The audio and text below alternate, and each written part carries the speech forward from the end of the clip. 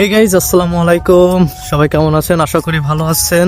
And অনেকদিন পরে একটা ভিডিও নিয়ে আসলাম।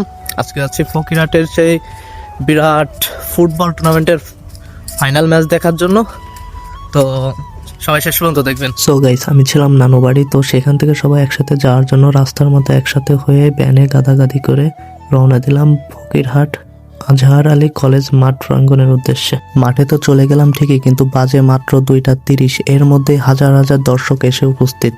অ্যান্ড আজকে আমাদের সাথে ছিল জাবের, ইসমাইল, সাকিব এবং সুমন মামা। গাইজ, একটা মজার বিষয় হচ্ছে, আমরা যতই দেরি করে আসি না কেন, সাকিব আগে থেকে রোহানকে বলে কিছু চেয়ারের ম্যানেজ করে রাখছিল। অনেক কষ্টে সে আমাদের জন্য 6-7টা চেয়ার ম্যানেজ করে রাখছিল। তো আমরা সবাই মিলে সেখানে যে বসে পড়ি অ্যান্ড খেলাটা পুরো এনজয় করি, পুরোটা টাইম অনেক মজায়। এখন আপনারা যেটা দেখতে পাচ্ছেন, এটা হচ্ছে আজকের চ্যাম্পিয়ন ট্রফি, যারা চ্যাম্পিয়ন হবে।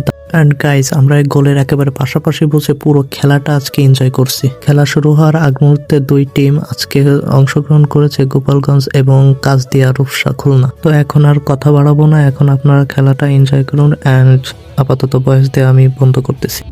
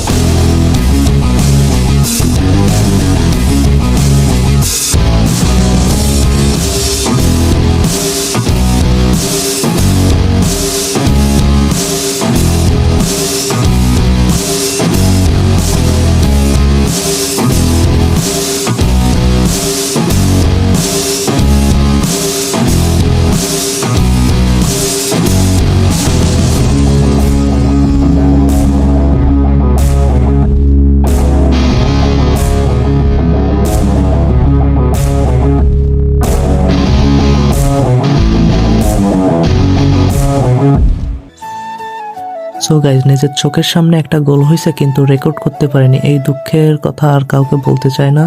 তো একটাই মাত্র গোল হয়েছে, কাজ দিয়া একটা গোল দিছে গোপালগঞ্জকে এবং চ্যাম্পিয়ন হয়ে গেছে আজকে। সো গাইজ, দেখতেই পাচ্ছেন খেলা শেষে হাজার হাজার দর্শক সব মাঠে নেমে পড়ছে। অ্যান্ড গাইজ, আজকের ভিডিও এই পর্যন্ত ছিল।